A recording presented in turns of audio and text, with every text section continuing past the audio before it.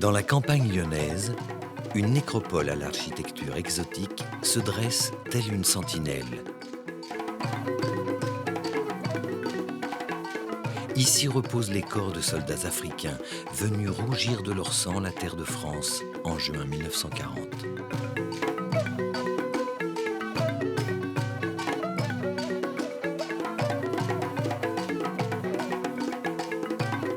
En Afrique, Tata signifie enceinte fortifiée. Si ces portes sont toujours ouvertes, c'est que le seul ennemi à craindre est l'oubli. Mais la lumière de toute mémoire porte ces zones d'ombre. Et c'est aussi leur histoire qu'il nous faut raconter pour retracer celle d'un monument à la silhouette unique, le Tata sénégalais de Chasselet.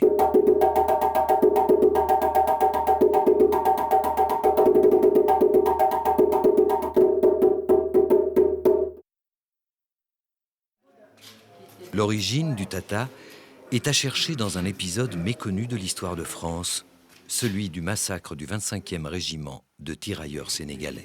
Les hommes de l'époque ont fait une tranchée, quoi, de, je sais pas, 2 mètres peut-être de large pour pouvoir les mettre les uns à côté des autres, tant qu'il y en a eu. Hein. Et puis ça y est, et puis après ils ont bouché. Puis après nous on a fait Ah, cet enclos. Cet enclos, oui, voilà, je sais pas quel terme employé là pour... Cette petite barrière. Oui, pour déterminer l'emplacement. Et puis par la suite, vous les avez déterrés. Et par la suite, je ne sais plus en quelle année, ils ont été déterrés quand pour les rentrer dans le Tata sénégalais. Les souvenirs des Chasselois ne sont pas les seuls à rappeler la tragédie. Plusieurs cérémonies ont lieu au cours de l'année au nom du devoir de mémoire. Pour approcher l'histoire exceptionnelle du Tata de Chasselet, il nous faut remonter aux années les plus sombres de l'histoire de France. Juin 1940, l'armée allemande franchit la frontière française et la drôle de guerre cède le pas à la débâcle. Les combats feront plus de 100 000 morts. Le 10 juin, l'Italie déclare la guerre à la France. Mussolini demande à Hitler de l'aider à prendre à revers l'armée française des Alpes qui défendait la frontière. Dès le 17 juin, les Allemands sont à Mâcon.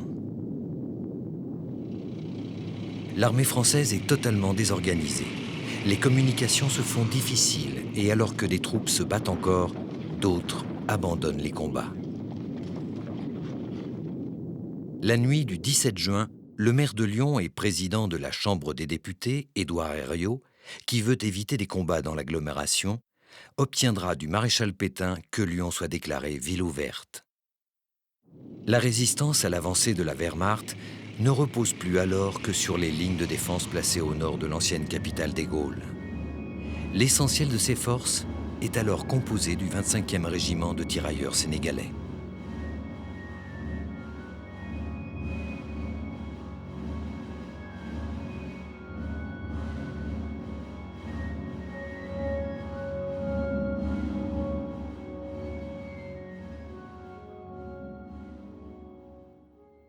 Le 25e régiment de tirailleurs sénégalais est une unité tout à fait particulière. Il est fondé le 16 avril 1940 à Souges. Ce régiment a donc été créé pour la campagne de 40 et il a été dissous à l'issue des combats de juin 40, officiellement le 31 juillet 1940. C'est donc un régiment qui a une durée d'existence très courte, le temps de la campagne de France. À cette date, les tirailleurs sénégalais ont déjà plusieurs décennies de présence au sein de l'armée française. Le corps des tirailleurs sénégalais est né par ce qu'on appelle le décret de Plombières en 1857, par une volonté du gouverneur du Sénégal à l'époque, Faidherbe. Mais c'est le chef de l'État français à l'époque, l'empereur Napoléon III, qui a signé ce décret. Il s'agit de faire en sorte que ce soit l'élément qui maintienne la sécurité dans la colonie. Et bien entendu, ce sont ces tirailleurs, les mêmes tirailleurs, qui vont par la suite passer à l'offensive, je l'ai dit, dans la conquête coloniale, au-delà du Sénégal, pour d'autres territoires qui deviendront les colonies d'AOF et d'AF par la suite. Alors au départ, l'aventure commence au Sénégal, à Saint-Louis, à l'embouchure du fleuve, et donc on baptise ce premier bataillon tirailleurs sénégalais. Et ce qui est intéressant à noter, c'est que ces tirailleurs vont garder cette appellation générique pendant toute l'histoire de la Force Noire jusqu'aux années 60. Alors que pour la plus grande majorité d'entre eux, au fur et à mesure de la pénétration française en Afrique, les recrutements se limiteront en quantité au niveau du Sénégal, et de plus en plus, c'est le cœur du continent noir, l'Afrique centrale, et en particulier le Soudan, qui fourniront la majorité de ces tirailleurs. Quelques années plus tard, alors que l'Empire français est consolidé en Afrique, un officier va trouver une nouvelle utilité aux tirailleurs sénégalais. Le général Mangin est un de ces grand chef militaire qui a commencé sa carrière en Afrique. Il publie un livre qui s'appelle La Force Noire en 1910, dans lequel il plaide pour la constitution d'une armée africaine formée de tirailleurs sénégalais. L'idée de Mangin, c'est en fait, avec cette armée, cette force noire, de pouvoir maintenir des troupes de souveraineté, en particulier en Afrique du Nord, de façon à libérer des contingents métropolitains qui puissent, eux, rentrer en métropole pour participer à la guerre avec l'Allemagne, qu'en 1910, tout le monde commence à sentir venir. Pour l'essentiel, en 14-18 comme en 39-45, ce sont des gens qui sont obligés de s'enrôler dans l'armée française. Et presque partout, les hommes qui vont sous les drapeaux sont des gens qui appartiennent au village de manière générale. Et là, on vient les chercher de force. Le nombre de volontaires est relativement faible par rapport à ceux qui sont obligés d'être sous le drapeau. À partir d'avril 1915, des milliers de tirailleurs sénégalais vont transiter par les camps de Fréjus. En 1928, dans le souci de diminuer leur mal du pays, le général Lam y fit construire une misiri, ce qui signifie mosquée en langue bambara.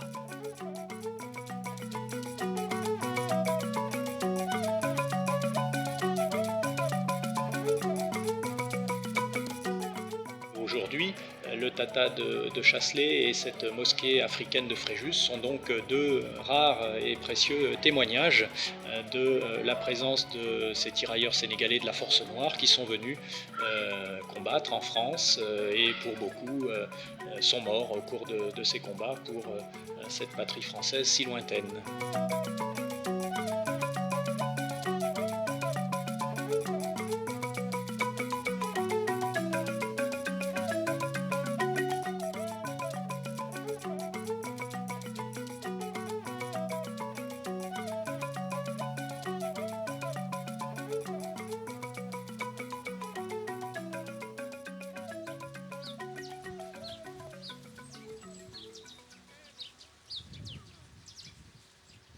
Donc là, vous êtes dans un couvent qui s'appelle le couvent de Montlusin, qui se trouve derrière vous.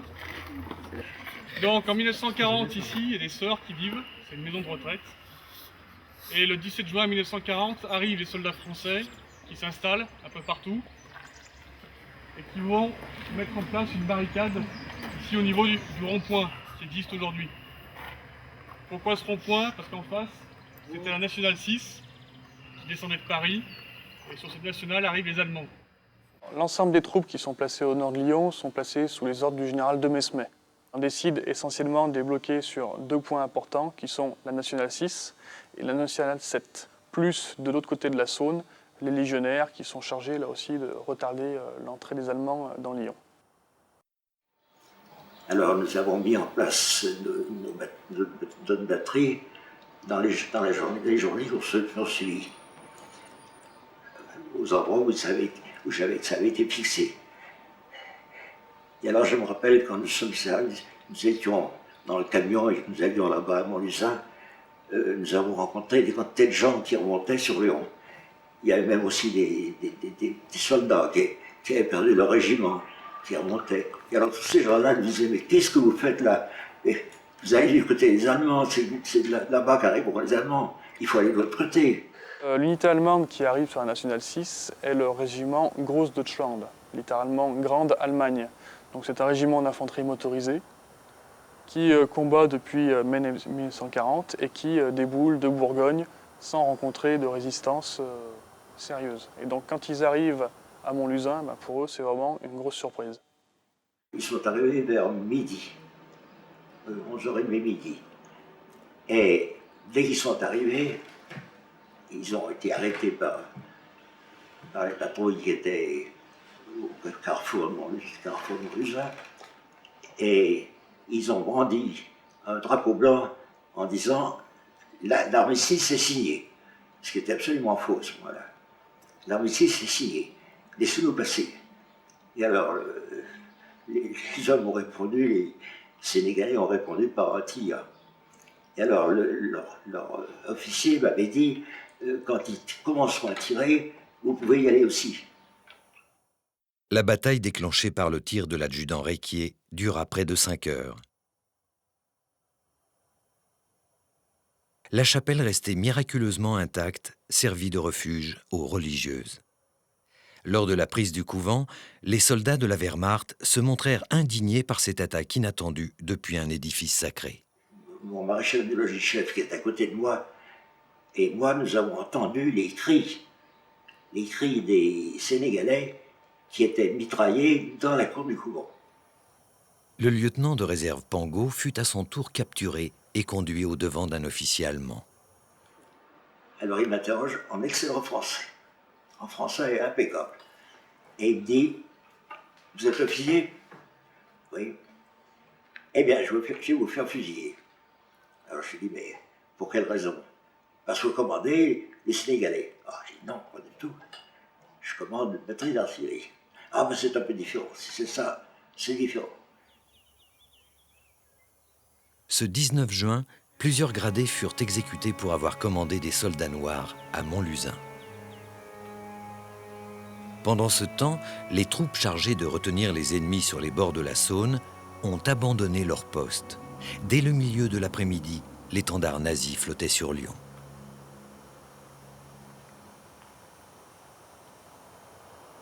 Les combats de Montlusin auront retardé de plusieurs heures l'avancée de l'armée allemande, conformément aux objectifs fixés par l'état-major. Le lendemain 20 juin, les rescapés de la 3e compagnie du 25e régiment de tirailleurs sénégalais se réfugiaient dans le parc du Plantin à Chasselet. Ici, l'esprit de corps fut mis à l'épreuve dans un dernier baroud d'honneur. L'escouade qui était ici était en poste par le fait, mais ils n'ont pas vu d'Allemands le premier jour.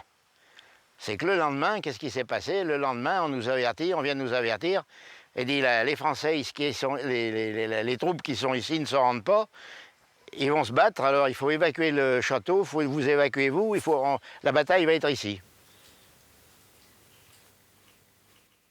Il avait 32 ans, 31 ans, 32 ans. Les ordres, c'était de se camoufler à tel endroit, sous la conduite des sous-officiers, des officiers. On nous indiquait l'endroit, parce qu'il y avait un château et un parc. Alors, il y avait dans des trous, il y avait des arbres, et chacun, on a compris que c'était le commencement de la fin. Et chacun a pris un poste avec sa mitrailleuse lourde. Donc on a un déploiement de troupes allemandes, cette fois des SS de la division Totenkopf qui était la veille dans la zone de l'Arbrelle, qui servait jusque-là à la garde des camps de concentration. Les troupes qui se retrouvent à Chasselet, donc au soir du 19 juin 1940, n'ont plus aucun moyen de transmission, plus aucun contact avec l'état-major ou avec leur commandement. Donc ils savent que Lyon est tombé. Ils ne savent pas où est l'état-major de leur régiment, ils ne savent pas où ils se sont repliés, ils n'ont pas de moyens de locomotion, rien du tout. Mais ils décident de mener ce dernier combat pour l'honneur. Capitaine Goudy, c'est lui qui a rassemblé les types pour faire le dernier baroud d'honneur de l'armée française. La France ne se rend pas sans combattre. Quels sont les volontaires? Alors avancez-vous. Et au garde à vous, présent mon capitaine.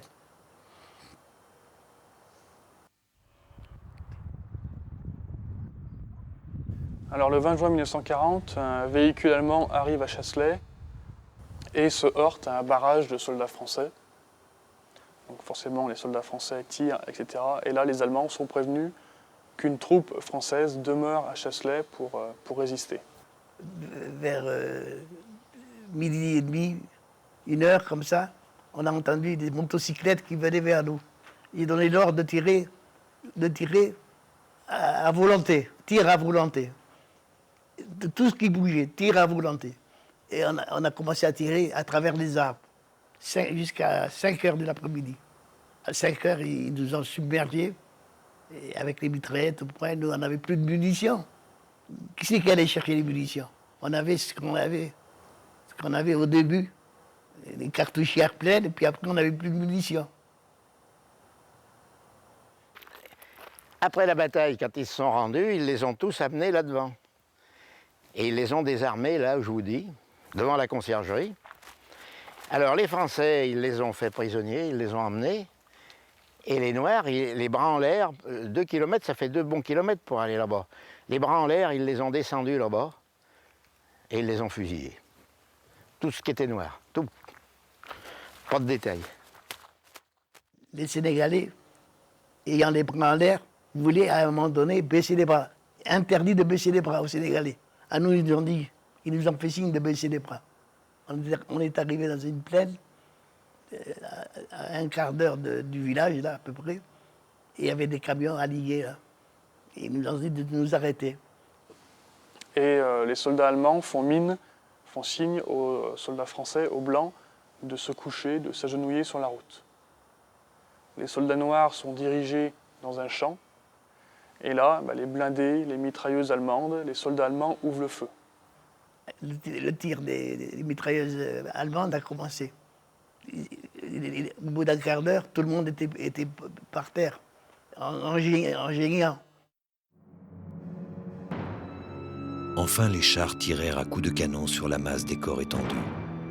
Un char a ensuite quitté la route pour poursuivre quelques hommes qui avaient réussi à échapper aux balles. Peu, je crois, ont échappé au massacre. Ils criaient, ils pleuraient. Nous, on a levé la tête, là, on les a vus, là, j'avais le cœur serré. Et voir ces soldats, ces pauvres Sénégalais, tués comme des lapins, ça nous a fait mal au cœur. C'était nos frères d'armes.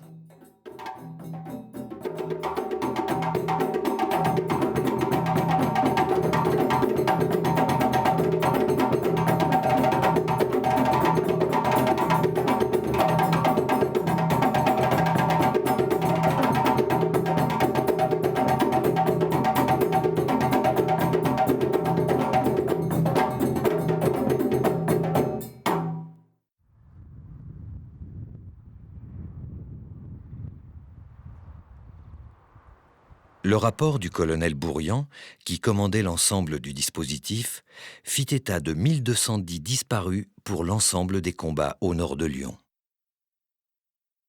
Pour comprendre l'image que les soldats allemands avaient des soldats noirs, il nous faut remonter à l'occupation de la Rhénanie par les troupes coloniales françaises en 1919.